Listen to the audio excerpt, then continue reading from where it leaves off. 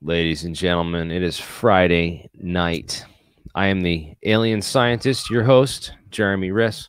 Tonight I'm joined with Mike Turber, 5x5 News. It looks like you already got one hater here, man. This guy just said, you have Mike Turber as your guest. I'm leaving. Good luck believing anything that guy blabs about. Yeah, well, I mean, I shot myself in the foot. I know I'm going to get that, and I fully expect it. I deserve it, and but there's a point where we have to put that behind us and move on because I'm still going to, find the answers that I'm looking for, just like everybody else. So we'll see what happens. Yeah, so I saw that video and a little bit familiar with that. Why don't we enlighten my audience? We'll just start right off with that, right off the bat. Kill that big gorilla in the room. Yeah. So I was like, who's this guy? He clearly from the interview you gave, you know some stuff. You're in the military? I was, yeah. But none of this happened while I was in. So it everything that pretty much as far as the Tic Tac is concerned, everything that's all after the fact. So. And I saw you gave this interview where you claimed that you flew on the Tic Tac. Yeah, what happened before that interview in about June of that year, I started talking to Jim Breslow about something that had happened when in 2005. I was privy to some comms that was at the time I didn't know what it was. It was the comms between the Nimitz and Princeton and some other of the ships involved with with the pilots and all, but I didn't put two and two together until actually well after the fact, after I saw Dave Beatty's his documentary, and that kind of put two and two together for me. But kind of had an idea before then, but never was able to put it together till then.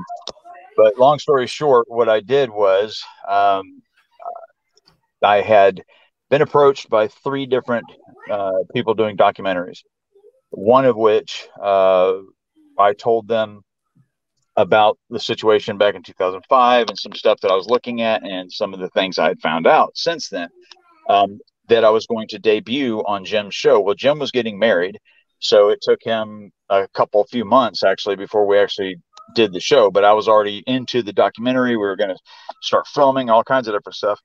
But in the documentary, what they wanted me to do was to essentially learn about the UFO community from a skeptic's standpoint from inside. And the way we had tossed around some ideas of doing that was for me, because there's so many hoaxes and stuff. I figured, well, let's create a hoax, see if I can get in the inside, see how it is, but then, and go from there. And then probably about 3 months into it, it just didn't feel right. It didn't seem right. It wasn't going right. And I just basically started reeling back. I didn't do shows and talk about it or anything like that. I just kind of like stayed with the actual factual information I was working with. Because I had mixed in, obviously, I'd mixed in some real things that were real, the real part of the investigation, along with some of the things that were just totally fabricated, to the point where I was amazed anybody believed any of it. But well, it was definitely quite a spectacle for me because you come across this stuff and the wildest claims. It seems like the more crazy and out there it is, the more attention it gets. Yeah, and I noticed that just from my perspective. It's like here I am trying to do good research and I'm like plugging along at a very slow and mediocre pace. I feel like the turtle in the room. All these rabbits come with these stories that are just exceptional and they get massive fanfare and go way ahead. But it seems like the rabbit, the tortoise and the hare. It's like here I am. I'm in this for the slow haul. I'm in this for the long haul. I'm just trying to plug through the science, the information at this level. And I see guys like you came through and just got like this massive amount of attention and stuff. I was kind of surprised by it too. I honestly didn't think it would take off like it did.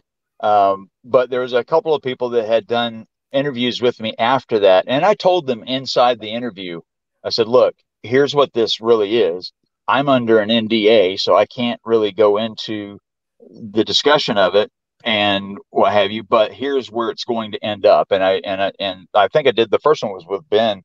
And just basically explained what had happened and how this was supposed to play out.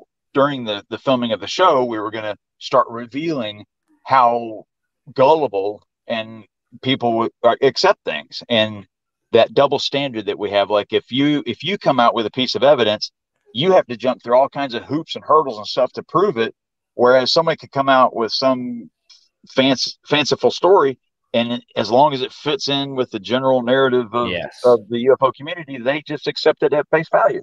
So and we've all seen it, and it's very frustrating too, because you're doing genuine work. We're genuinely trying to get the real truth, which is questionable as to whatever that might be. Get it out there. And now, since I've shot myself in the foot, almost anything I say has met with ultra scrutiny, which is fine. I get it. And I want that, actually. I want whatever I put out there, I want people to just go through it and determine. I don't want to be thrown under the bus right out of the gate, but that's happening anyway. Well, it's interesting. What's done is like this people are like, oh, we're just going to reject everything this guy says and not even listen to him right out the bat because you're an admitted liar. And what possibly we're not going to learn anything from talking to this guy, right? I've already learned a couple things. I start thinking, I question in my mind. I'm like, okay, so I lied, and I told why I lied. I came out, and I wasn't caught. It wasn't like I was caught and someone like lambasted me. I said, hey, let's do this. Let's reveal what happened and get it out of the way so I can move on, because I'm still going to do the investigation. I'm still going to check on things and what have you, because I've never done anything like this before. This is not typical of how I do things. I thought it would be fun when we first talked about it because it sounded interesting. It's like, that could be kind of a cool thing to do. But then I started thinking about it. These are real people. A lot of people have real experiences, or at least they think they're real, or whatever. Either way, it's the same difference. And I'm playing with people's emotions on a subject that to them is extremely sensitive. And then when I saw that, remember that governor that came out with that alien, and he had seen something as well. And the Phoenix Lights, when they did the press conference, he didn't want to admit to it and stuff. Yeah, the Phoenix Lights. That was the catalyst. When I saw that, and I was like going, wow, that's wrong. And then I looked at what I was doing and said, what I'm doing is wrong. So I'm just going to end it and stop it. So I did. And then I decided to jump back into the actual media. Did you make any attempt to monetize or try to make money off it? Because that's the other thing is, I think like some of these people, they start making money off it, and they see it as this easy route, and that kind of sucks them in and gets them in. No, the last 4 major investigations I have done pro bono. This is one of them. Las Vegas shooting obviously is one. If anything, I've lost tons of, like Las Vegas alone is over 40 grand that I put into it personally and not accept it. I did not accept a dime. And people offered stuff or whatever, but no, I wouldn't take it. Well, let's get into talking about some of these cases, and you've done some research and stuff. If you want to share, can you share your screen? You want to do that? I also got some my friends in the waiting room too. Mark, welcome, Mark. Mark, we're gonna bring you on and do like a lab update later in this broadcast. I love watching his labs. It's awesome. I'd like to talk to Mike too. I was just reading up on this little controversy over here. It seems like a flip-flop story. Yeah. Is that his audio or is that ours? Yeah, that headset's messed up, Mark. You're gonna have to go and fix that and get that figured out. Let me talk to Mike for a little bit, and then we'll bring you back. All right. Are you hearing like an echo or something? Oh, it's way worse than that. It's way worse than that. It's like, are you hearing an echo or something? It's like. It sounds like you're crunching paper next to the mic. It was terrible. I'm sorry, Mark. You're gonna have to get a different mic or something. But we'll get back to him. Mike, your audio is good. Let's again, I don't have to believe everything you say, and I've had a number of conversations with you on Twitter, which have made me come around to you. Otherwise, when at first I was like, oh, what's the sense in this? It's like a story you admitted you're fake and stuff, and it's kind of like I'm gonna get too much flack for even bringing you on than it is even worth it to bring you on. And well, I decided, you know, I want to get more guests, more discussions. I've been doing a lot of other people's shows, so I've been haven't been is super active on my channel, but I've been doing a lot of other people's shows. I should maybe repost those here. I'm going to ask some of the people if I can repost some of those interviews here on my channel, just to get them some more exposure and cross feedback for their channels and stuff. So what's this 5x5 news? And would you start a news channel and a news network, or is this? Yeah, what had happened was in the was the mid 90s, I created the American Press Association. And I did that partially because I wanted to get into media, do media events and things like this, and also have a bunch of journalists that would have a place online to deposit their stories and share. I would do an ad share revenue on the stories. So I started that, and then in 2005 I sold it, and I had created several businesses in the meantime, most of them dealing in the power sports industry, like ATVs, dirt bikes, motorcycles, stuff like that. And one of which was 5x5 helmets and 5x5 off-road riding gear. But I always liked the term 5x5 because it was something that we would always use, and basically it's a radio term. It's a term that basically that tells you the strength of a signal and the clarity of a signal. And a VU meter would peg the 5 was the highest number you could get. And so if you were reading someone 5x5, you were reading them loud and clear. It's the same thing. So if you hear somebody says, "I read you loud and clear," or say, "I read you 5x5," that means they're reading you loud and clear. So I kept that, and I've always liked it. And after I sold the American Press Association, I wanted to get back into this, but never really got around to it. And I decided that it was so successful with APA to do an investigation as an investigative journalist under a media umbrella, as opposed to just being pseudo investigator. Because if you tell someone, "Hey, I'm an investigator, I'd like to ask you a few questions," people freak out. But if you say, "Hey, I'm a reporter and I'm writing for the blah blah blah," people are a little bit more receptive. So I went that route, and it seemed to work. It's allowed me to do quite a few things that I wouldn't otherwise be able to do. Las Vegas shooting is a classic example. Today's the 4-year anniversary of that, and there was a lot of things I did in that investigation that no one's done.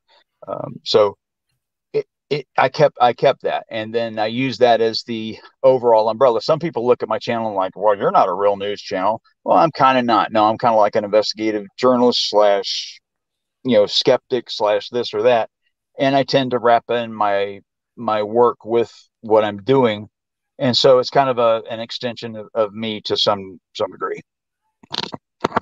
So you want to share your screen? I want to get into this. We'll get into Las Vegas first. I just got back to the hotel. I haven't even got everything set up because this was like last minute with me and you. I can I can come back and do that. But all right, I'll send you. I can probably send you some of the stuff. This was the 58 people killed, almost 500 hurt. This was the most deadly mass shooting in modern U.S. history.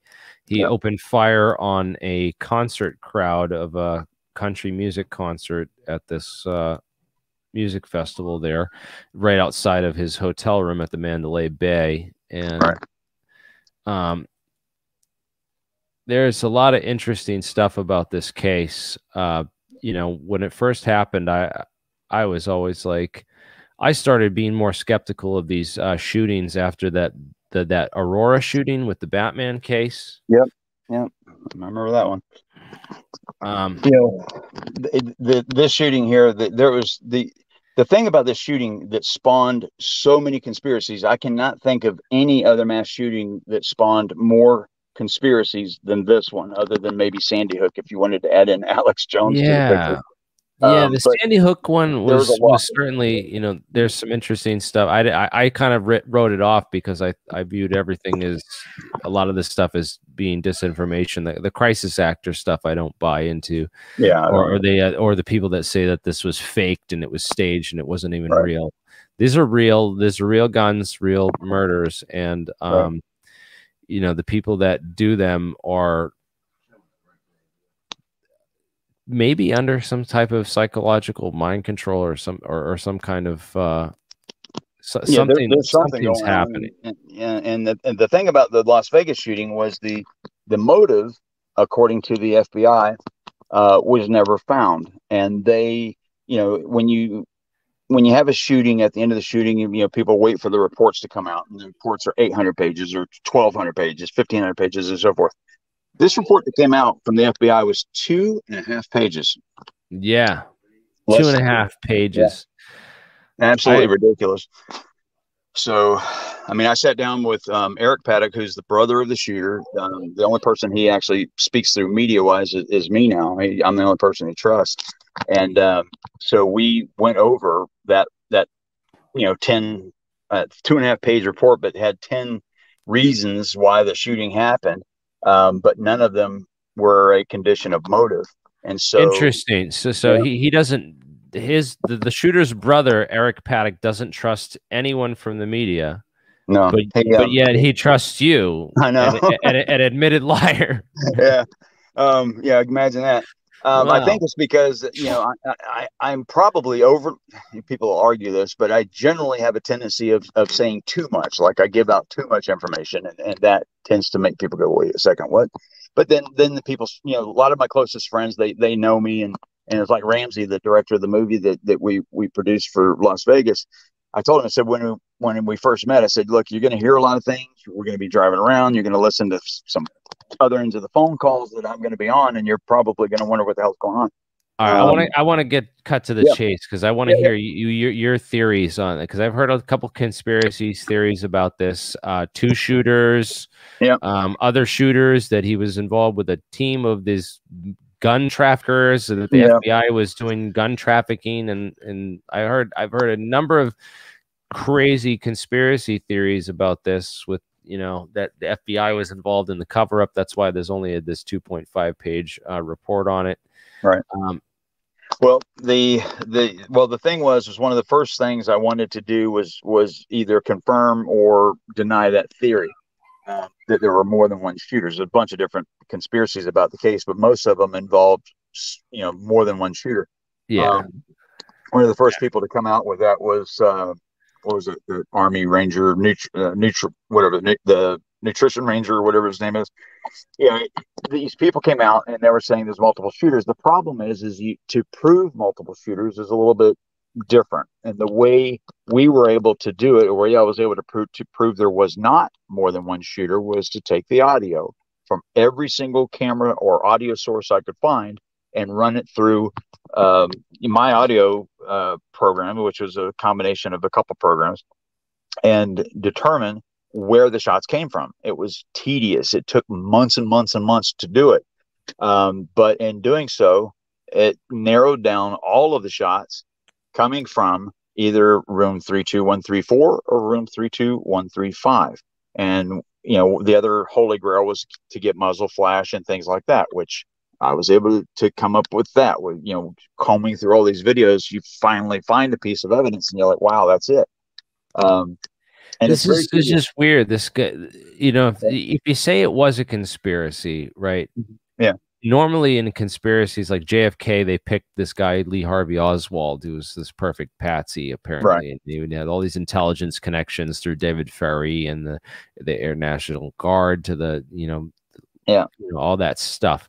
Right. So this guy does not fit the profile of a patsy, and they didn't it's like they didn't do their homework. It's like something happened and they had to blame it on somebody, so they took this guy out and then made it the story of that it was him. This is a whole new chapter in the mass shooting saga, so to speak, and that Stephen Paddock does not fit the mold at all. Nothing about him says, other than a middle-aged white guy, but nothing about him would make someone, think something or use him as a patsy or what have you. But so people were really stretching because he was an accountant back in the day for Lockheed Martin. So they tried to tie that into it. They said that he was the king of microaggressions, said that he was like this passive aggressive. He would just do microaggressive stuff and was just, I don't know. And it was just a lot of it was very, very much unsubstantiated because there was just no one that came forward that said he was, quiet, but every now and then he would just snap, But what happened, the closest we could get to what we, myself and Eric together, believe the motive is over a period of time, he started to lose all of the things that were important to him. He couldn't take his blood pressure medication because it made him sick. So in doing that, he couldn't fly because you couldn't fly with high blood pressure. So one of his passions was he was a pilot and he enjoyed flying. This is something that you just don't hear on the average channel talking about Las Vegas shooting. So that passion went away.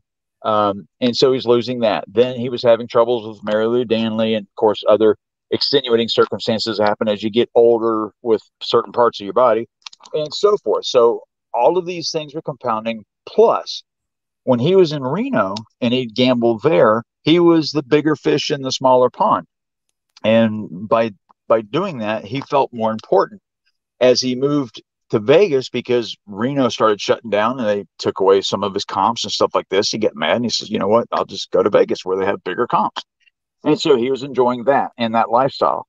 And he, sometimes people say he was a professional gambler, if there is such a thing.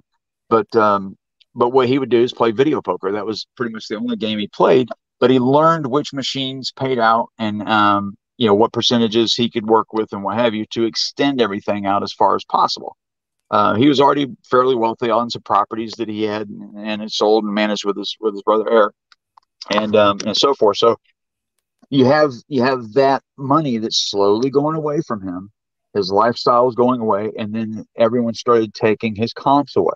Then he had a lawsuit where he had a slip and fall, and he lost the lawsuit, so he didn't get that. So something snapped in him at some point in time, and then he decided that, you know what, I'm going to go against the gambling industry, and I'm going to do it in this way. And I guess maybe he was going to commit suicide anyway. So on the way out, he decided to do what he did. And that was the closest that we could probably get to what his actual motive would have been. He wasn't one of those, I hate Republicans because I'm a conservative Democrat. He was independent. He was registered independent. Did he have like a thing against country music? Nope, not at all.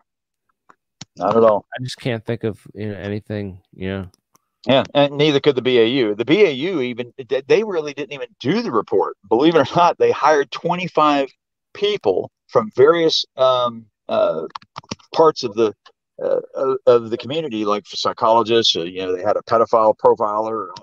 All these different people they hired to come in to come up with the reason, and that's where that 2.5-page report came from. Was them, and they were not allowed to gather new evidence. All they could do was go over the existing evidence. That was it. So definitely created a scenario where there was more questions when all this was done than answers, and that created a perfect environment for conspiracies to arise, because when there's lack of a narrative, people are like, well, I need something that makes sense. And there was enough mistakes by LVMPD, and plus it was an election year for the sheriff. So Sheriff Lombardo was going to go into his election, and he didn't want any screw ups. So what he did was he actually trickled out the evidence, because we were part of the media evidence pool, and every Wednesday they were supposed to dump evidence as ordered by the court, because they weren't going to give out anything. And so he planned on giving out evidence at certain times. So the bad evidence came out after the election was over. And that that was wrong, so, but there was a whole bunch of different things that happened during the shooting that were questionable. You had the one officer that froze in the hallway. Then you had the body was moved. I was the one that actually reported that the body had moved, and the way I proved it was because the coloration of the blood on the carpet was 2 different color patterns, and the way I knew that was because I'm colorblind, and in colors I have to adjust it using in Photoshop or whatever. I'll turn the colors back and forth to make certain that I match the colors based on the number or the hex characters for it. And I noticed these 2 different blood patterns had 2 completely different colors. And when I looked it up and started realizing what I was looking at 2 different blood pools, which means his body was moved drastically after death. And then that's what happened.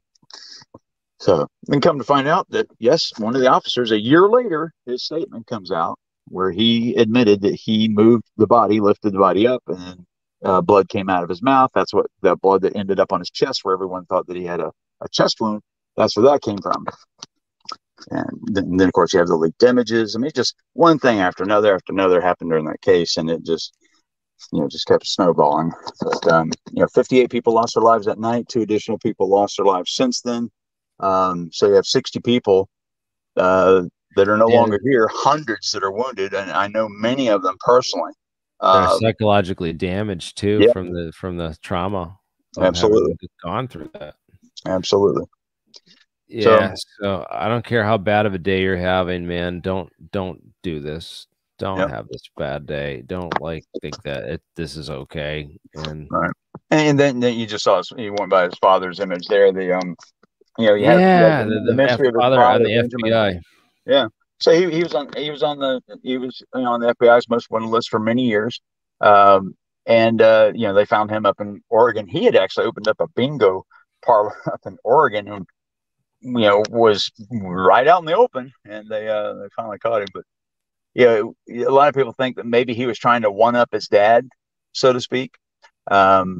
We didn't see that to be the case. That may have been a minor factor somewhere in there, but he just wasn't that way.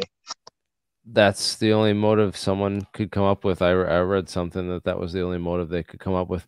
So this is just crazy. So the FBI had him on the top 10 most wanted list for years, and he had gone off, and they finally caught up with him when he was running this bingo parlor. Yep. What do you think about the FBI's handling in the this Brian Laundrie case with this girl that was murdered, the blogger Gabby there? Yeah, I think the FBI is obviously it's a complete screw up. There needs to be a change in the law. I even put up that joke picture of Dog the bounty hunter found laundry, and I just put a bunch of laundry around the helicopter, like clothing and stuff. But the way this should be done is if someone, and I know it goes against the grain, so to speak, but if someone is this much of a suspect in a crime like this, then they need to have the ability to hold that person immediately. There shouldn't be a whole bunch of other stuff. But I get the law or whatever. But how many times have we seen this happen before, where someone got away, or they were able to live years before someone finally caught up to them?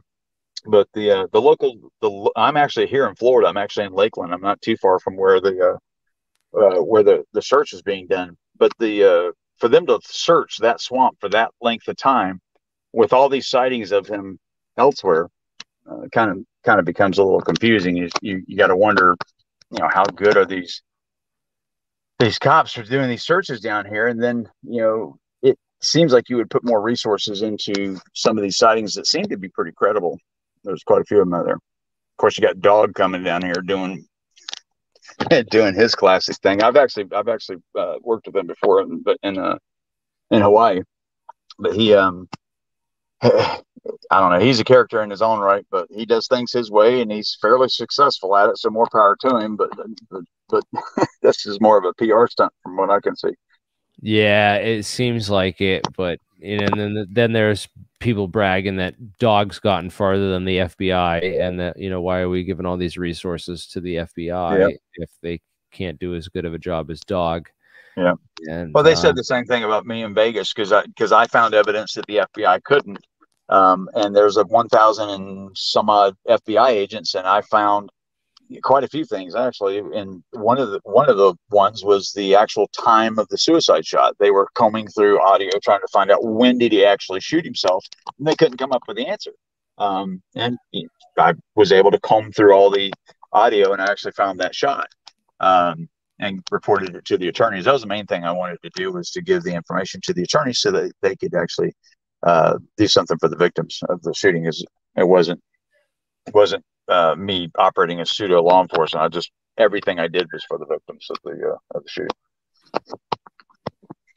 But yeah, this is a strange case, with him clearly leaving Gabby and coming back. And then the family seems to be involved somehow, some way, because if the family goes camping with him, and then he's gone, but no one's ever really seen him at the house, and a 9 or 10 day head start to go wherever you needed to go and do whatever you needed to do. So it's going to be interesting when they catch him. What do you think? I think, you know, it's pretty obvious that, you know, he killed her, you know, that he went to a lawyer and, you know, lawyered up right when he got back, and then now he's disappeared. You know, it's just like, come on, man. Everyone, they ain't going to find a jury. It's like O.J. Simpson at this point, you know? Yeah, well, O.J. got off as far as the criminal part. Well, yeah. I wouldn't be surprised if this, you know, this one comes away like that too, because of that, you know, because the media's handling of it again, you know. You got to wonder, you know, sometimes you have to think. I mean, you have to think, okay, what happened that caused this to? And you saw that, you could see, but I don't know if you saw the full 1.5 hours of that police body cam footage of them at the stop up in Moab, Utah. The Moab City Police Department came out, and there's like an hour and 14 or 25 minutes or something of their police cam, the body cam. And I watched the whole thing, and there's something there to where she apparently has found a way to get on his last nerve, and he must have just snapped, and panicked or whatever he did, and then comes back here. So he, I don't know the situation with the autopsy. I'd love to know if there was signs of him, covering it up or trying to, whatever it was. That's something that we don't know either. Gabby Petito. Yeah, I don't know, man. Some people think that that whole thing's a sham too because of the names. Why is her name Gabby if she's this blogger girl that's dead? And right. Well, anyways, let's change the topic. Sure. Let's Falcon, you want to change the topic? Why don't you come on and ask Mike some questions or engage my guest here for tonight? Or how's my audio? Your audio is way better. Oh, okay. It probably was the browser. I changed from Firefox to Chrome. There you go. I just got this microphone set up, so I'm like shocked that you guys were saying there was a problem, but it's good now. So thank God for that. Yeah, definitely want to change the topic. All this distraction stuff is like getting us away from the core issue, which is how do these flying saucers, how do these Tic Tacs actually operate? Yeah, this Tic Tac business. Let's talk about Tic Tac. If anything that has been said on APEC is true, then we could have built this 70 years ago. Absolutely. Right. So there's no reason that your claim that the U.S. Air Force had it, that it was theirs could actually be true. But with one caveat, they can't keep a secret like that. Actually, they're pretty good at it. Not as well as not for that long, and not as good as private industry is. Yeah, private industry is way better at it. But keep in mind the F-117, that one was kept under wraps for a long time. There are some sightings and stuff like that. I actually saw that fly over my house. I grew up in Lakewood, New Jersey, and the Blackbird it flew right over my house a couple of times. Well, good. Then you can go to Morristown, New Jersey, which is right near you, and pick up the data bricks from the Nimitz if you like. I really don't care. I mean, we're just trying to figure out how this shit works. And here's some cool stuff I got in the mail today. This is actually got way better stuff than whatever's on the data bricks of the Nimitz. Whatever that can prove, we're on to something way bigger and way better. We're on to something way bigger that involves interference patterns or of electromagnetic innate waves. Physics. When you look at, like I'm in that email list with Jack Sarfati and all, and so we, it's like every day is I call him Tic Tac Jack now, and so listening to his explanations on how the Tic Tac would actually work, and then try to take that into a layman's terms to understand it as to how it would function, and still utilize not that much power. And he's talking about you use 9-volt battery with the right metamaterials and what have you as the resonance of the shell, so to speak. That you wouldn't need that much energy. That's the holy grail right there. Because if you go to Lockheed Martin and you go back, because they were trying to develop a small fusion reactor. But we don't need a fusion reactor. Look at that UFO that's right there in the center of the screen, Jeremy. Yep. What do you notice about it? It's circular. when you have a circular antenna and you resonate it at its frequency, the frequency which is being the radius, right. If you vibrate it at the electromagnetic equivalent of its radius, which would probably be like around 100 or 200 megahertz, somewhere around there, like 2 meter band, somewhere there. It's in the ham radio band, and you're able to create a standing wave outside the surface of it. And what is a standing wave of electromagnetic energy? Electromagnetic energy is carried by space-time. So if you have these standing waves of electromagnetic energy in space-time, meaning that they're constantly pushing down on space-time, then you can stick another wave against it that's constantly pushing up. You're like compressing space-time in that spot. Warp bubble. Warp bubble. You equalize it out, then you got the Alcubierre, behind that, but then that's a lot of energy there, so you had to get rid of that. Why do we call it the Alcubierre warp drive? Why isn't it the Zefram Cochrane warp drive? Exactly. That's because Alcubierre came out and he was mainstream, and he had the most whack-a-mole, impossible, unobtainium way to make warp drive. But they decided, you know what? Maybe we should let a little bit in, so they call it the Alcubierre warp drive. Even though his theory is like it's totally impossible. There's no such matter. That matter doesn't exist. It's totally impractical, totally impossible. But one little speck of it is true. So they let that in to like slowly dribble. And then came Sony White, and he said, no, we don't need that much exotic matter. We just need the amount of matter in the amount of exotic matter in the equivalent of like 100 kilo. And then Jack Serafati's coming along and saying, no, we don't need any exotic matter. After all we need is these metamaterials, and we can do it with a 9-volt battery. Exactly. And actually, we have some metamaterials here in the lab. We're miniaturizing the necessary physics and mechanics and engineering of building a Tic Tac before we even build the Tic Tac. Normally you build something and you keep shrinking until you get it down to something you could use. But this is being done beforehand, so hopefully that'll happen. Jack, check this out, and you guys need to be fun. That would be Jeremy. Can you blow up I think my camera over here? Thing is, this is really picking up speed. There's more people in the community realizing that all these other routes have been failed. They're just banging your head against the wall. We need the actual technology, the hardware. You can argue with the government and beg for disclosure and beg for them to tell you this and that all day. Disclosure is going to come from experiments like this, experiments like what Jeremiah is doing, the people out in Italy are doing. Exactly. If private quantum electrodynamics, something the government can't, then we will, basically going to bypass the government. I mean, look what SpaceX has done. I mean, if we do the same thing, if Elon put his efforts behind this, it probably would happen. But there's a lot of research. So long as they get the right, because there's a lot of dead ends in this field, so they would need to be guided correctly. This is actually an interesting thing that I just picked up.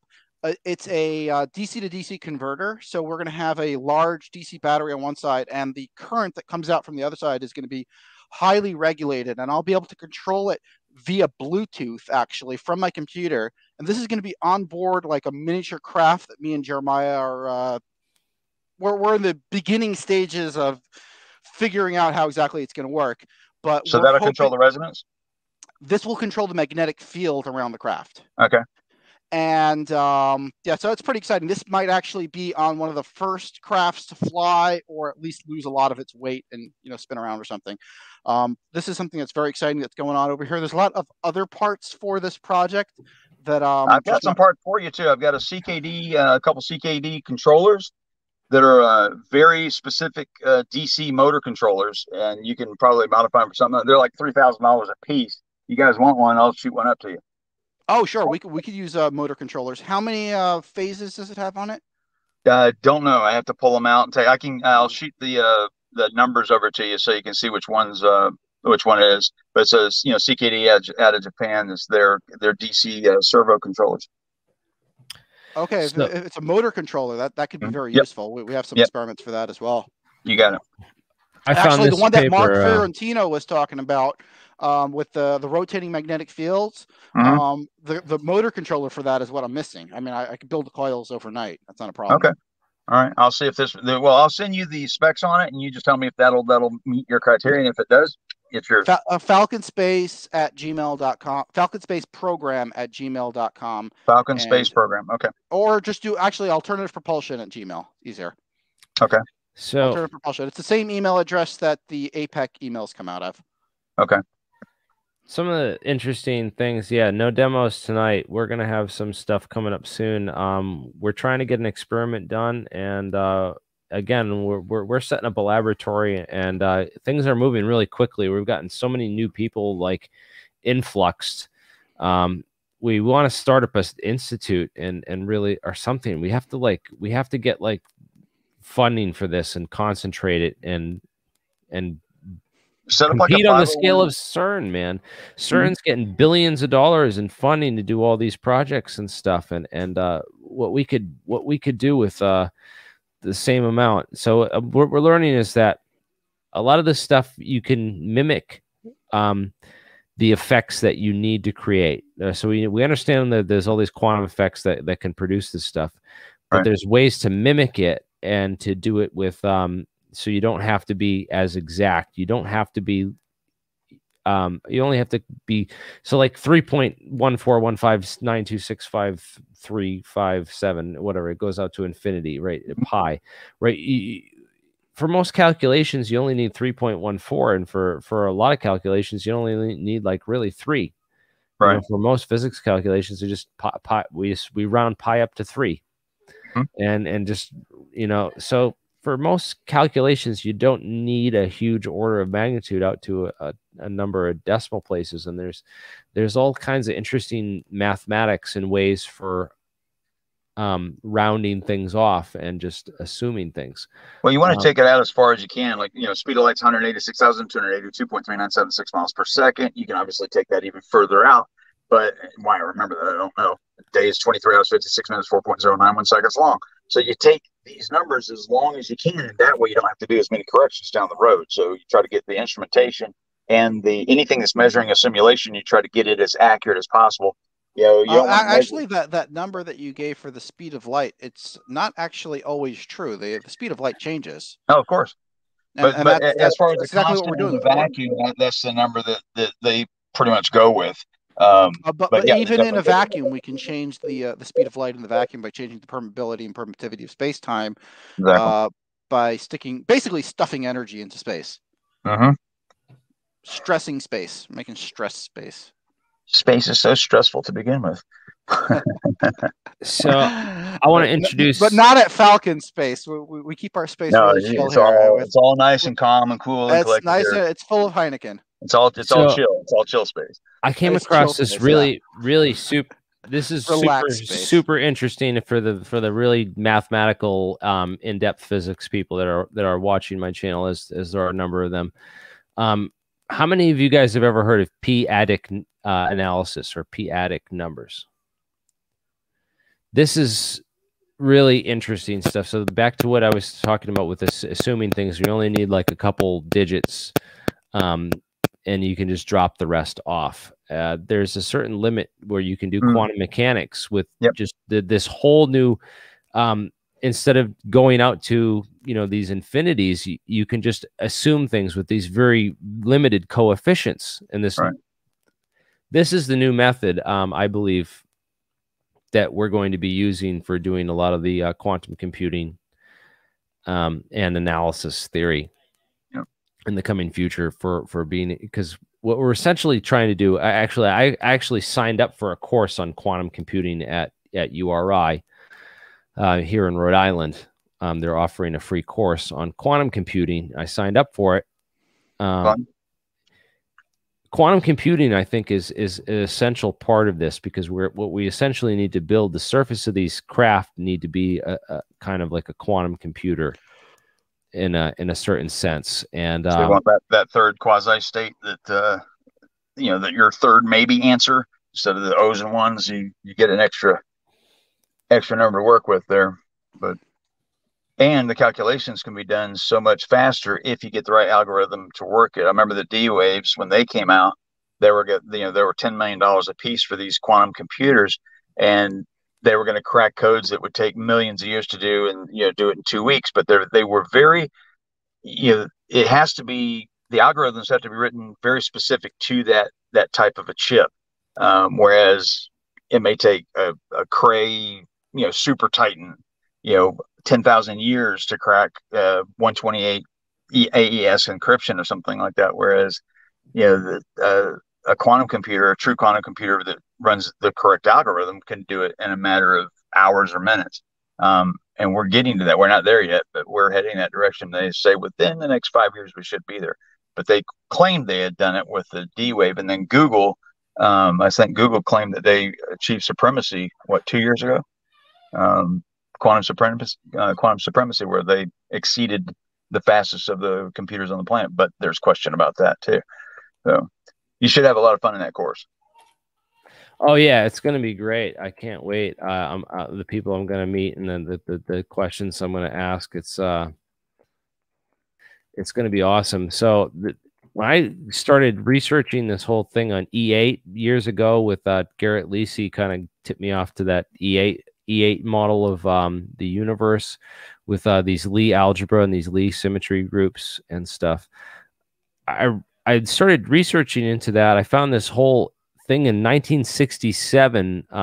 Cecil DeWitt and John Wheeler published this whole physics, in-depth physics lectures for Battelle in 1967, which went over all this Lie group and Lie algebra stuff and said that this could really explain the core physics. What people talk about sacred geometry and geometric unity, and these ideas. This was really laid down and figured out back in the 60s by these physicists who are deeply involved in this stuff. And I think a lot of the science, a lot of the mathematics, a lot of the deep knowledge and learning is there.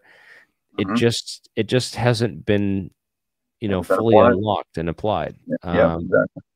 Yeah, I'm with you on that. If you go back and look at the beginning of, because people thought that the quantum physics and everything, it was like this competition of physics, like, okay, which one's right, and it wasn't that at all.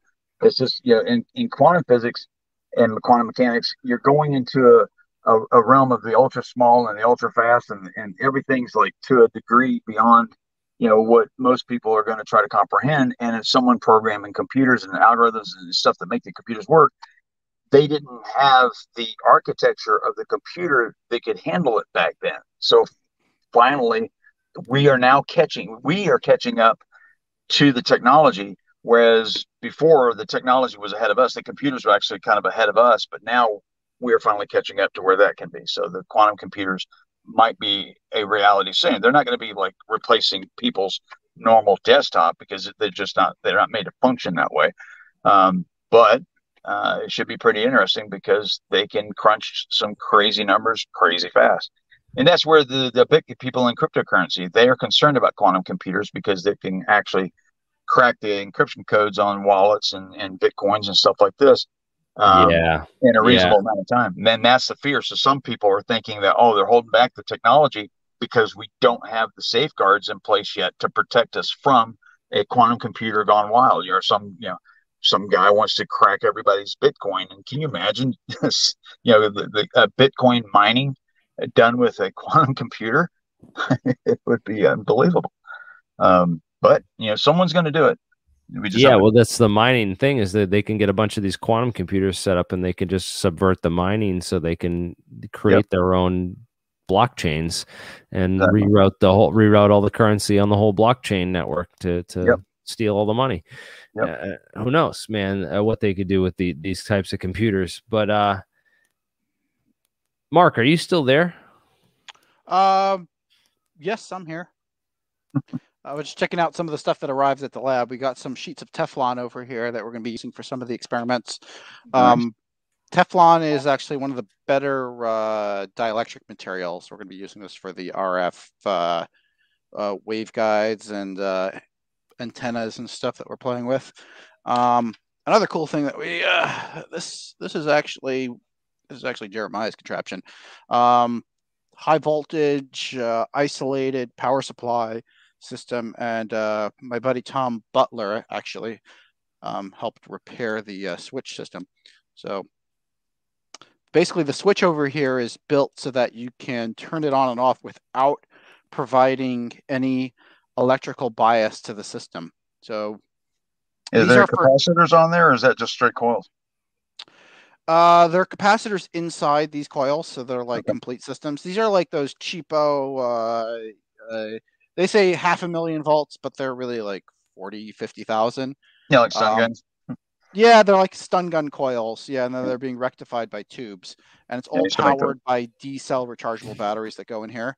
So this is for like a high voltage system experiment.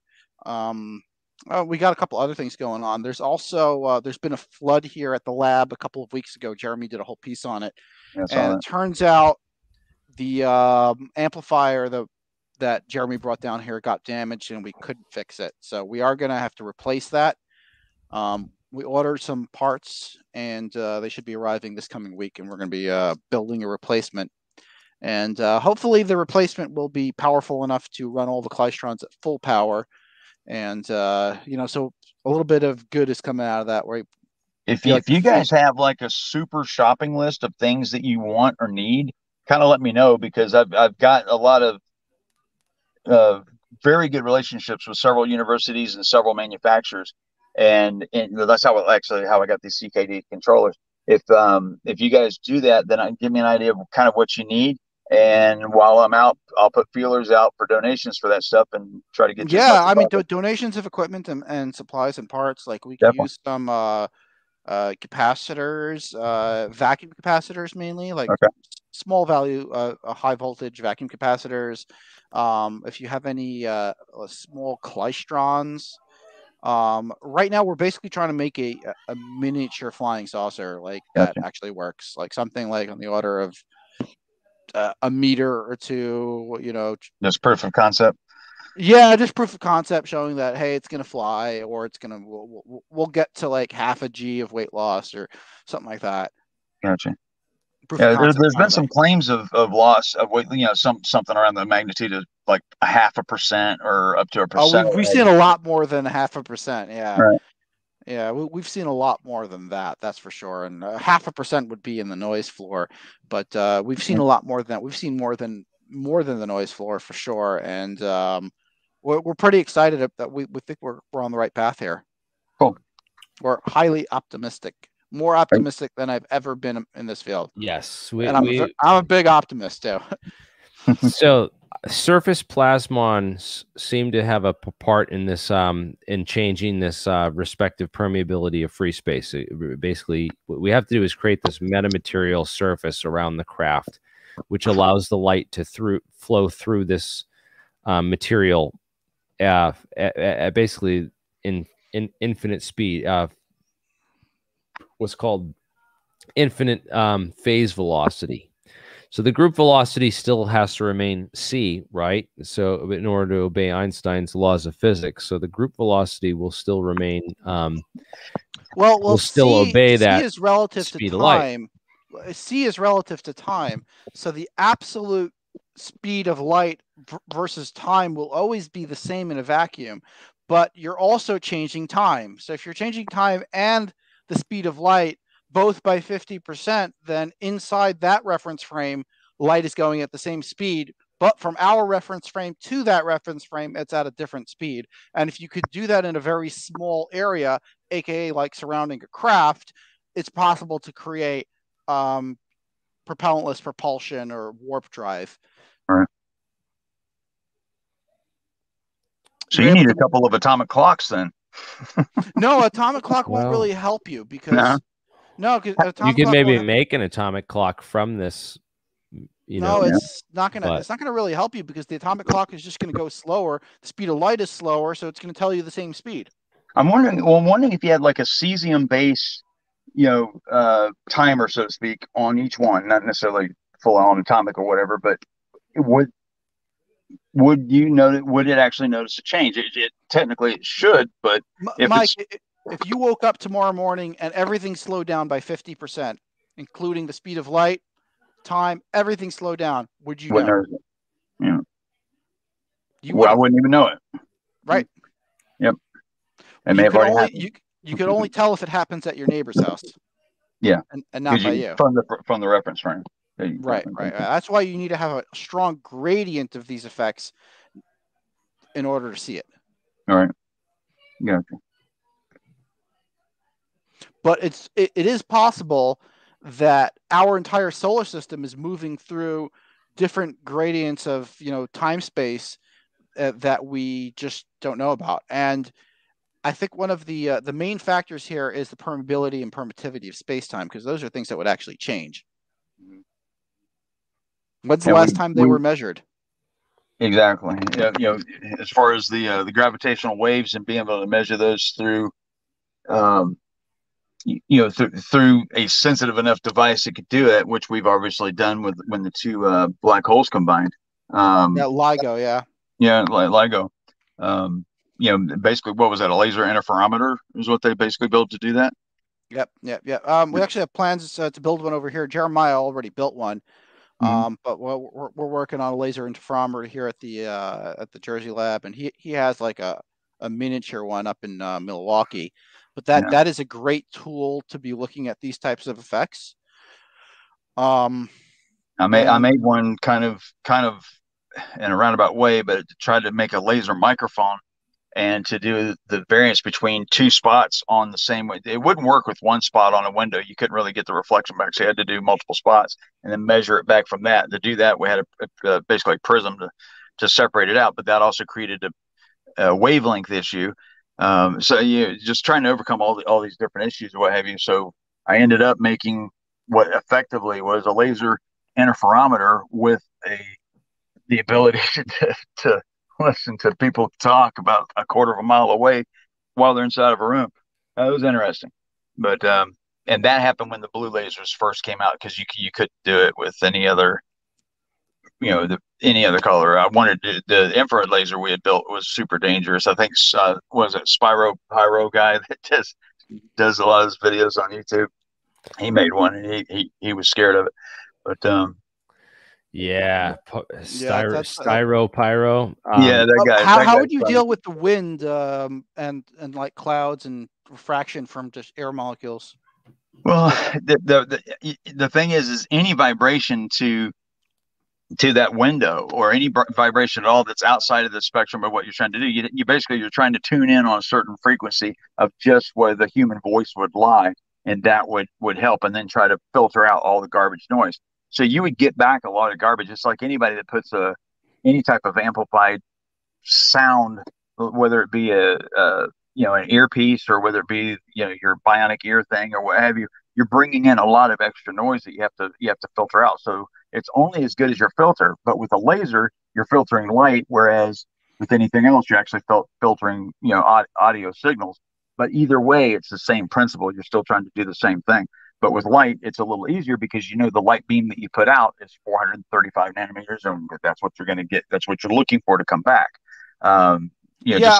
Filtering out other light sources is easy, but filtering out the 135 nanometer light that gets refracted from a cloud that went by, or a bug that flew through, or wind, that changed the optical refractive index of the air.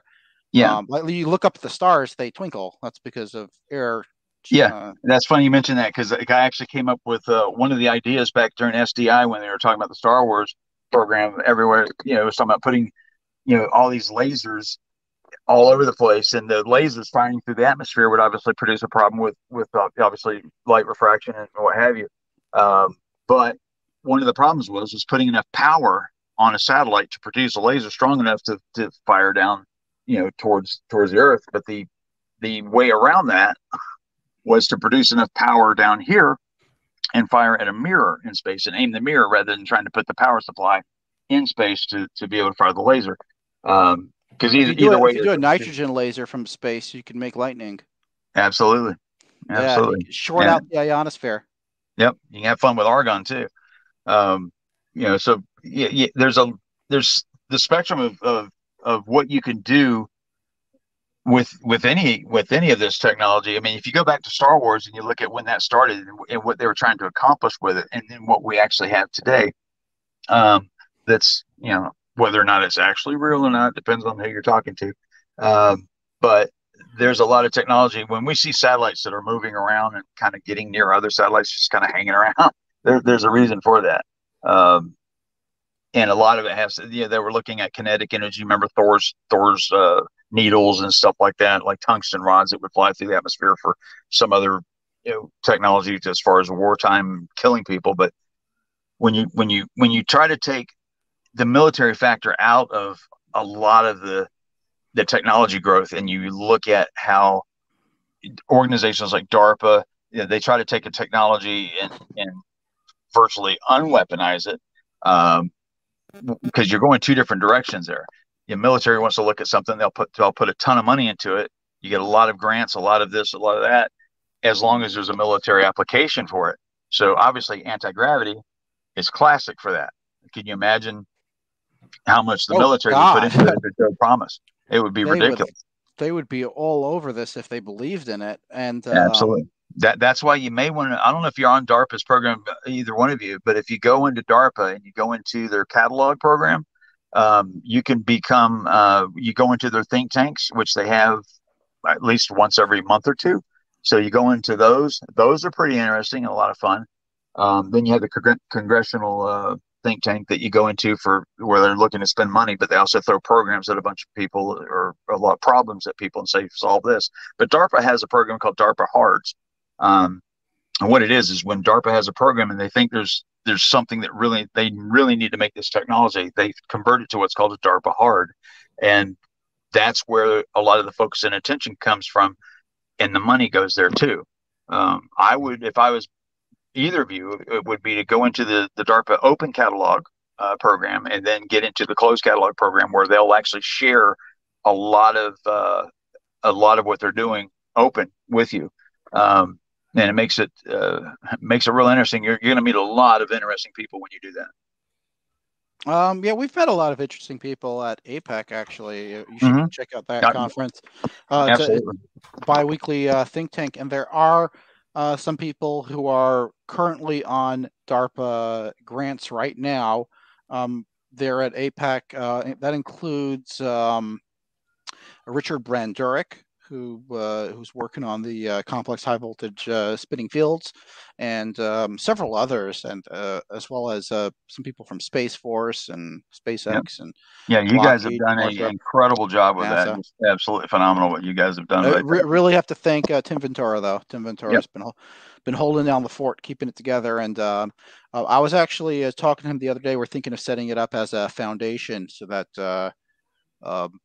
just streamlines things, allows donations to come in for tax purposes. It would be a 501c3, and this way people, can work on it, and we could make it into eventually a in-person conference, and maybe one day we'll turn it into a flying saucer, fair.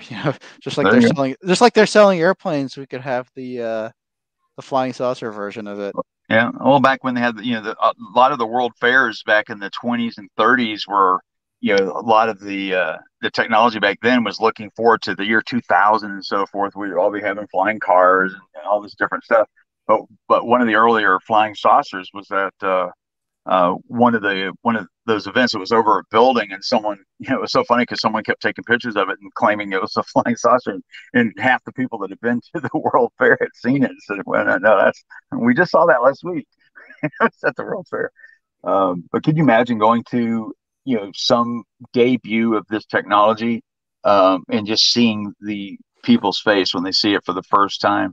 That'll be a moment in history just to be around to witness that. That's funny that you mentioned that about the World Fair, because that was part of Men in Black, the movie.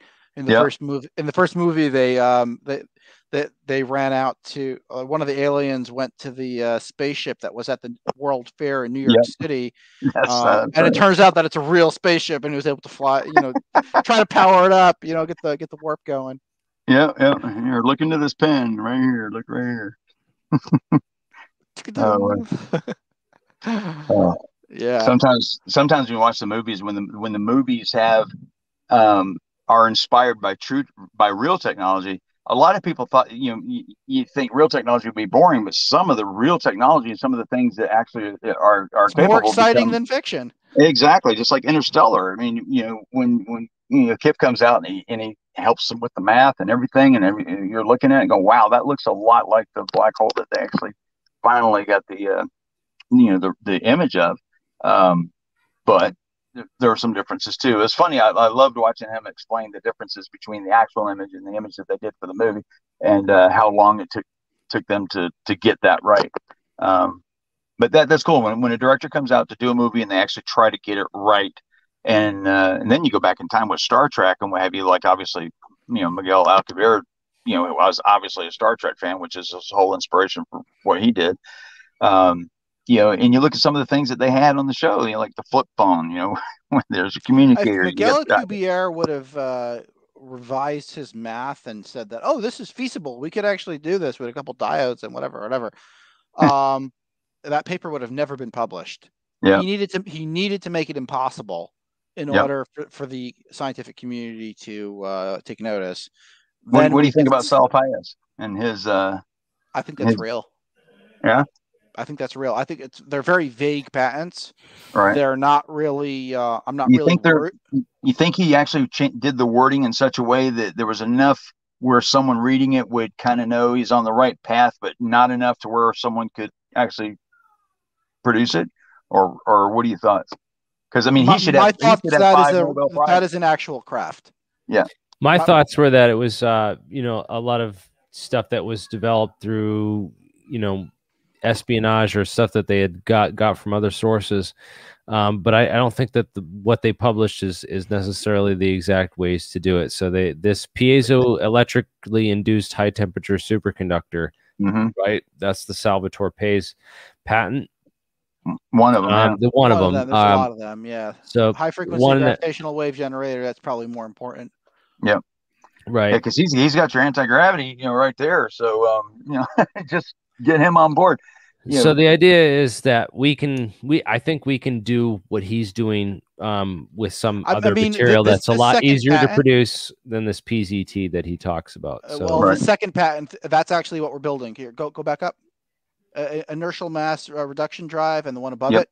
That's what this is for. Yep, exactly. I'm literally building that patent. I would have built it without that patent. I didn't even need to look at that patent to know how to do it. There's not much information in that patent either. It's pretty vague. Well, here's the weird claim. Back when they were trying to get that approved. Now, keep in mind, there's another door that you can use at the patent office that his patents would not have normally gone through. Now, why they went through the public way is either some sort of disinformation or PSYOP program or something, whatever it is that they were trying to accomplish by going, through the public door. They don't normally do that because there is obviously a way for the military projects and patents to go through. But in this case, all of his went through, and then one of he got denied on one, but one of the other ones where he was initially denied, when they called back, they essentially challenged it and said, not only is this possible, because the patent office just said this is total bullshit, you guys, this just is not real. But they contacted them back, and someone real high up in the Navy basically told them that not only is it possible, but we are working or have a working prototype. That was an interesting conversation to read. And then you wonder, okay, well, just how far along have we gotten? And, is this a technology that we're already seeing, whether it be the Tic Tac or various other things around the world, that all these sightings and stuff, are we seeing our own technology being utilized elsewhere? Because that's obviously what I was bringing to the table. Was I know we were working on the technology. Have we already brought that technology out? The technology I found that I can. Who we is. Yeah. Well, the we would be. I guess we. I'm saying the United States as opposed to, because I always think about it from a military standpoint. It's not the United States. It's not military. It's I believe, in my humble opinion, that there is a parallel civilization. There's a breakaway civilization that started in the 50s when they discovered this technology, and those were the people, the elites, the military industrial complex, people who got in touch with, with extraterrestrials. They improved the technology. they're the ones who have the control over this stuff, and for some reason or another, they want it to become public. And would this stem from some of the German work? Yeah, that's really where it started, but it was around before that. Tesla dabbled with it. Wheeler dabbled with it. Kaylee, I think his name was. Jeremiah is a lot better with all of the names. There's a lot of older scientists. You're talking about John Wheeler when you mentioned Wheeler? No, not. There's a different one. Many of the scientists from the 18th, 19th, and early 20th centuries have actually touched on this technology and gotten pretty close, if not actually having actual working craft. So it's really not that difficult to do. The problem is that the whole tinfoil hat conspiracy myth. Oh, he's just a tinfoil hat conspiracy myth. He's fucking crazy. Well, everyone is afraid of being crazy. And when you get deep down into this technology, like if you're going to be standing right next to this RF emitter when it's pumping out several hundred watts, you want a tin hat on your head. You want that aluminum foil on your head as personal protection gear. Yeah. Put some of that Teflon you just got in. That would be even better. No, it won't do shit. Teflon is for building the antenna. The Teflon's not going to protect me. But yeah, it's to not interfere. It's to act as just a space, just where the RF ignores it completely. Right. Doesn't get absorbed at all. But yeah, when you're working in a lab like this, your personal protective gear is tinfoil hats, and that's why they're making fun of us, because they know that anyone who's getting close is putting on a tinfoil hat. I mean, or there's actually a company, EMF shielding. They have like cool hats and shit. Right. You know, it looks pretty cool. And their hard hats are really badass. They're really cool. Yeah. And that guy, Alexei Chekarkov, what he did was he took a motorcycle helmet and covered it in aluminum. That looks pretty cool. Yeah. It was like a welder's helmet or something like that. So that's another, cute way around it. But yeah, that was one of the tactics. And people who have spent 7 years getting a PhD, their number one fear is ridicule. They are so freaking afraid of being ridiculed. It's hilarious. You could control those people with ridicule. Like, it's so crazy. Like, you think that's what's stunting progress in some ways? Yes. It's the number one thing stunting progress. And then you have people like Jeremy Reese over here who doesn't give a shit. He calls himself alien scientist. And that's why I hooked up with him. Like, dude, this guy's amazing. Well, failure is never even a word to use. I've never failed. All I've done is learned a new way that does not work. Yes, very good. They're afraid to fail. NASA is very afraid to fail, whereas SpaceX, serial number 1 through 10, they're all blowing up on the pad. Yeah. Rapid, if he didn't make that unscheduled disassembly. Yeah, I love that, and the everything's normal. Somebody's working with the words, but I could tell you the SpaceX story would be funny as hell. But when I did go to SpaceX, and when I was there in Hawthorne, I came around the corner. I'm in Hawthorne. Oh, you are? Oh, excellent. Then you know exactly where I'm talking about, because right across the street they've got this one building. It looks like we're in Hawthorne, New Jersey. We're the SpaceX of the East. You're the other Hawthorne. Yeah, you're in the yeah. You got your sister city in California. Yeah, they built the Hyperloop right around their buildings there, and I mean, it's still there to this day. I mean, they didn't take it down or anything. It's a pretty unique facility to go to, and to see, private industry to be able to do something like that. And it takes someone like an Elon Musk, a visionary that can run a company and be autistic at the same time, and the trick is he doesn't really run the company. He's just the visionary at this point. Yeah, well, sometimes that's what you need, because if you're doing the day-to-day operations, could you imagine someone trying to do that and then try to still have a positive enough mental aptitude to be able to think these things out to come up with the next flamethrower? No. Yeah, if we're gonna start a flying saucer company, I don't want to be the CEO of it either. Well, now, I'll thank Chris 77 for the $10 super chat. Much appreciated. They say, I appreciate the way you guys openly share thoughts, information, and knowledge. Too much selfish greed and secrecy in this world. And yes, I agree. Brian, he's been criticizing you the whole time. He also says, why are NASA employees connected with the Chris Bledsoe story? Yeah, that whole Chris Bledsoe story I've stayed away from, man. I don't know. I don't know. He hasn't really engaged much with me, whereas Mike, Mike here has been, really active and engaging with me on Twitter, man, and that's cool. And I'd like to give him a chance to come on my show and talk about, I think everything's been, if you look at my overall life and everything I've done, it's of course I come into this community and one of the first things I do is do the stupid hoax thing. So, and I screwed up and I humbly apologize for it. I understand a lot of the animosity and what have you. And going forward, I hope that people can accept that I've put that behind me, but I've got a lot of serious work to do, and what I feel I'm doing. We will never ever trust you again. Even me. I don't blame you. I don't blame you. not that we should have, not that we should trust anyone in this field.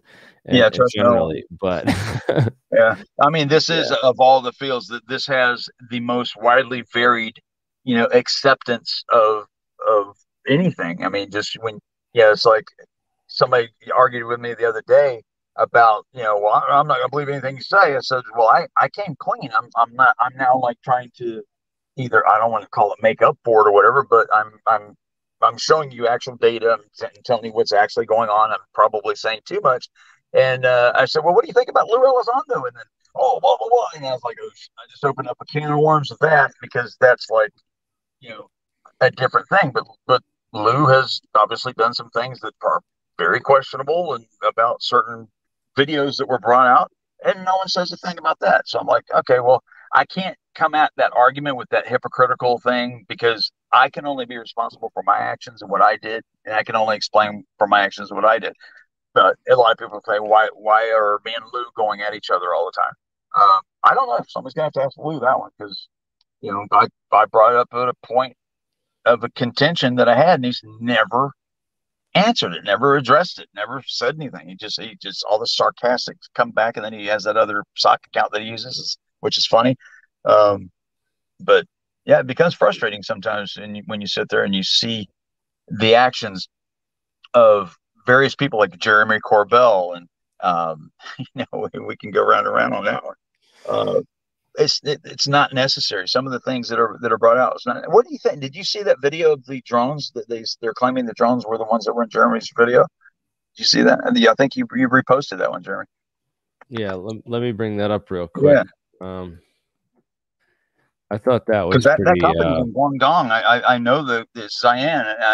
I'm familiar with the company. They used to make some other stuff, but they were making components for RC products, and a company that we had purchased called Red Cat Racing, I believe, was buying some of the components from that same company because they had some long range, drones that were pretty much autonomous, and that's what there it is right there.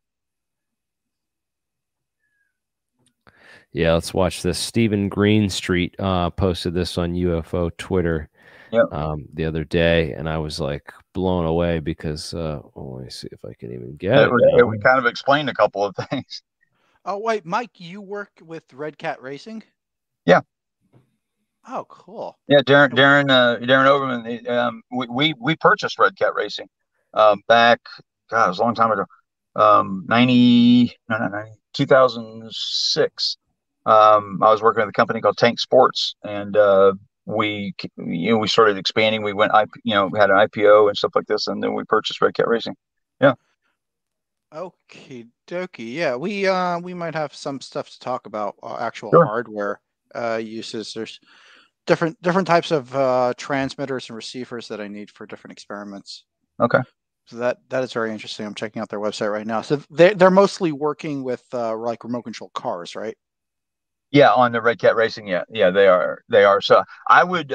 They they do some of the designs, but they don't do much of the actual internal manufacturing. If you go to Shenzhen or go north of Shenzhen into Guangzhou and Guangdong, this company here, that's Guangdong, what you're looking at right now. And you go into these companies, you'll be amazed at some of the technology that they have over there, because obviously a lot of technology is coming out of there. But DJI is right there in Shenzhen, and these are autonomous. They're using AI to actually overcome obstacles and to avoid collisions and stuff like that. But look at this. I guess the implication is that they were responsible for what was in that video. If they're taking responsibility for it, does that not bring up the China question?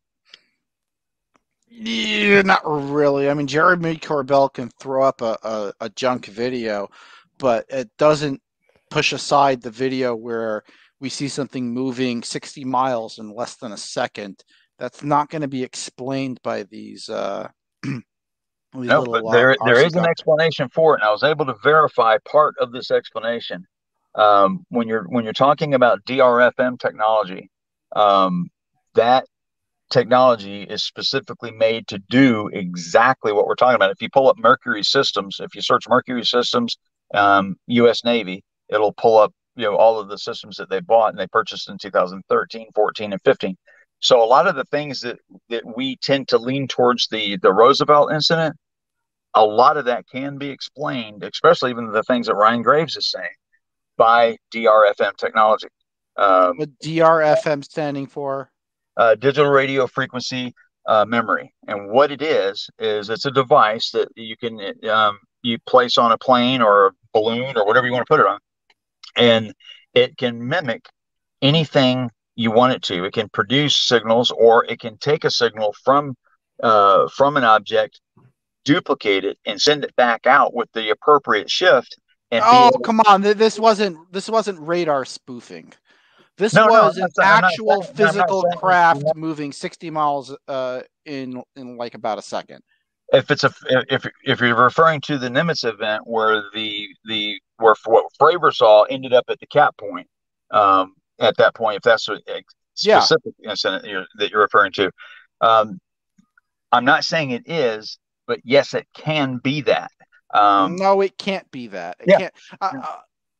And this is something we've seen in the UFO disclosure going on many years, that somebody would come out with something highly credible, lots of evidence for it, and then they would be fed some disinformation piece, throw it out there, or it was fed out through other channels. I believe this is what happened to Billy Meyer, and I know Jeremy is on the other side of this argument, him and Carl Korff.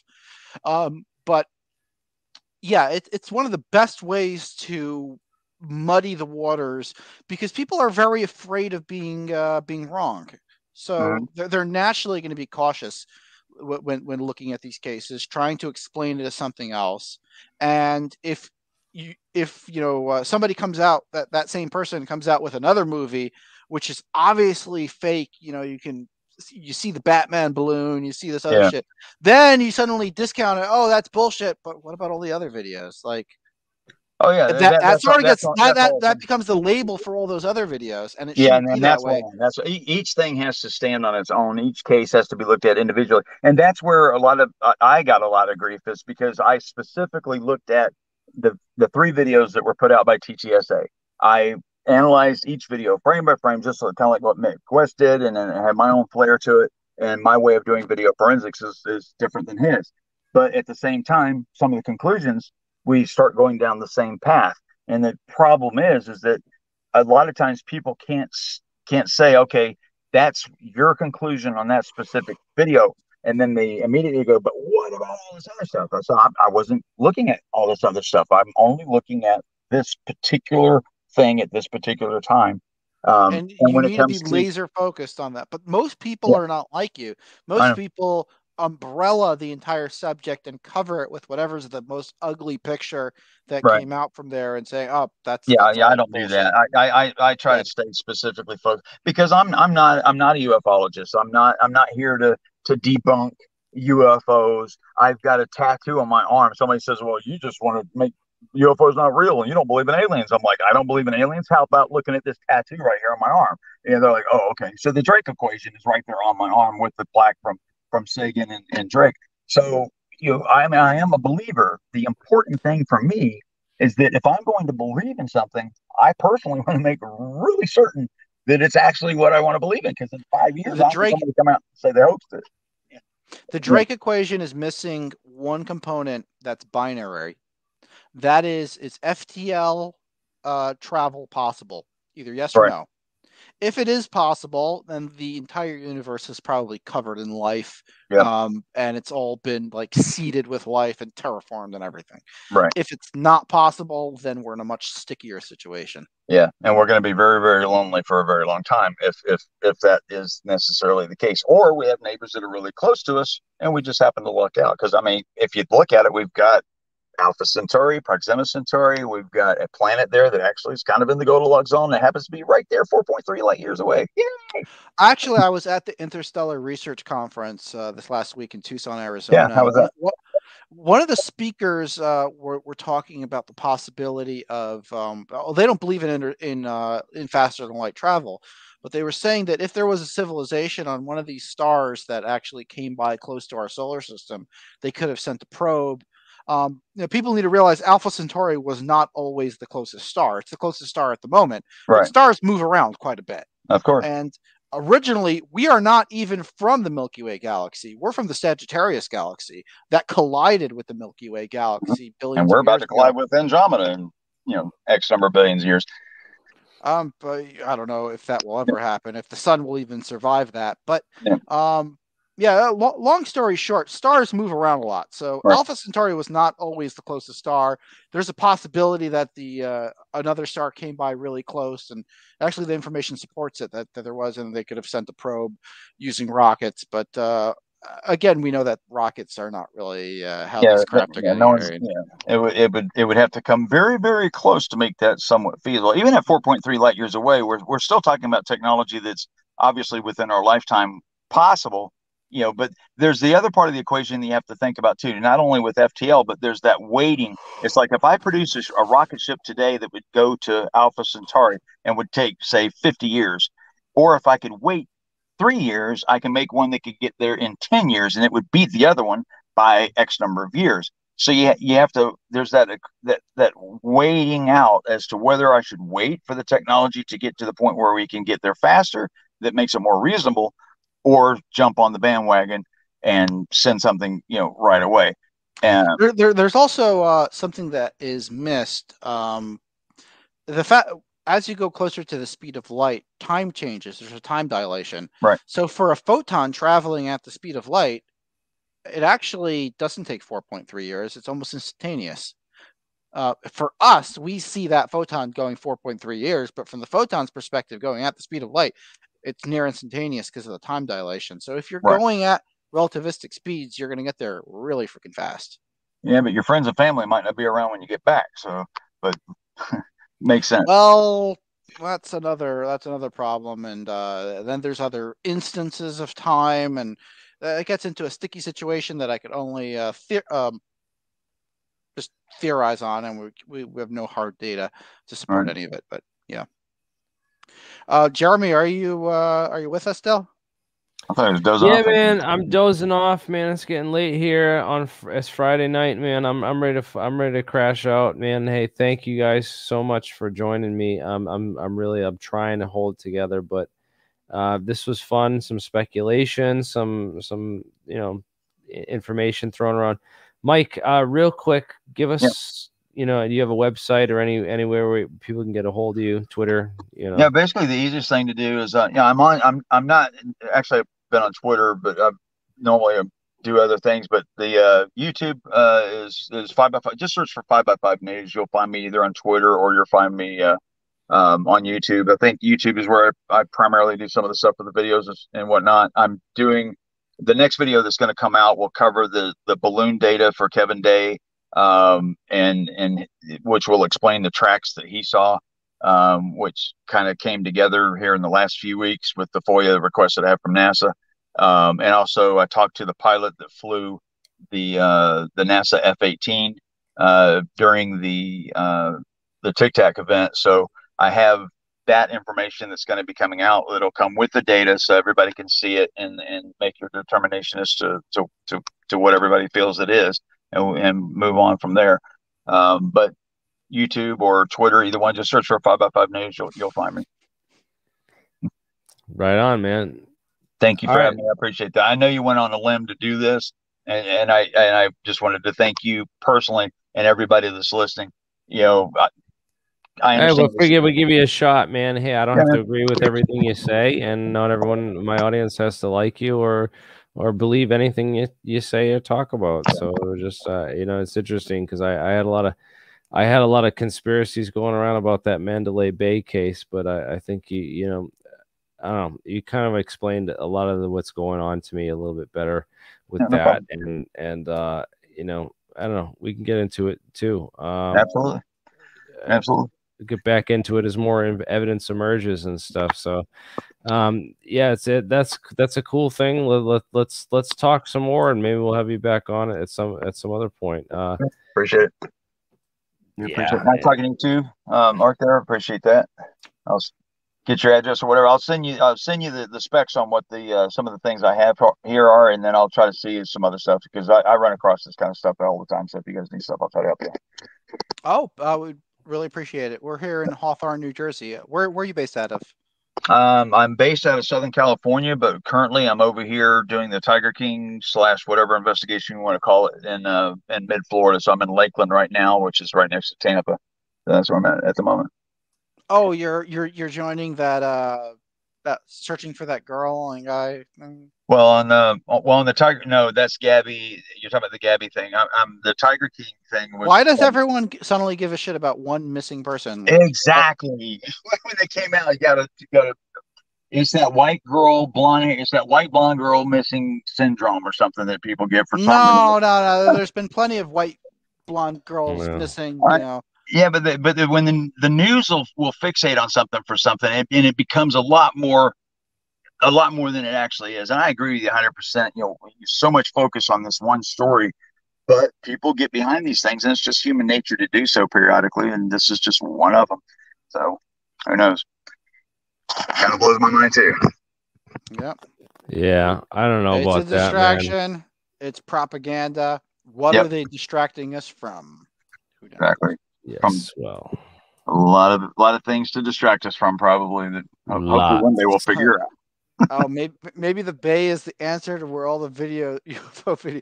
Yeah, maybe there's like a vault of UFO videos stuck on one of those islands in the Everglades. Or it's probably in this black file cabinet that was at 9800 Savage Road. I'm sitting there going, what is in that cabinet? It makes it so special. and inside there's like a little hard drive. Yeah, little tiny little things. All this big cabinet with all this special padding and shielding and stuff. And you open it up, it's just a little tiny little. Actually, there was this online. I forgot what it was called. It was a program, or actually it was a couple of riddles that involved like pi mathematics, and you needed to know. And it eventually led to, one thing led to another, and then it started leading to actual coordinates of locations, and you had to solve these riddles. Yep. And you eventually ended up with a set of coordinates. And when you went there was a USB drive, and on it was videos from apparently the early space age, like the secret space program. They were taken in like 5mm action film. Mm-hmm. And you can see like wars on Mars and spacecraft flying around the volcanoes. Allegedly. Io. Mm-hmm. Allegedly, but the videos are shot in. You can see that they're shot in film, or at least that's what they look like. As long as Bob Lazar wasn't involved, I would. He was not. He was not involved at all. But I could send you over some of those videos. Actually, Jeremy, we should do a section on that. That'd be cool. That was actually very interesting. I published those videos on my family check. I have 11 siblings, and they've been calling me crazy for years that I'm after this stuff. I posted that shit on there, and like, holy crap! My brother was like, "Holy crap, this is real."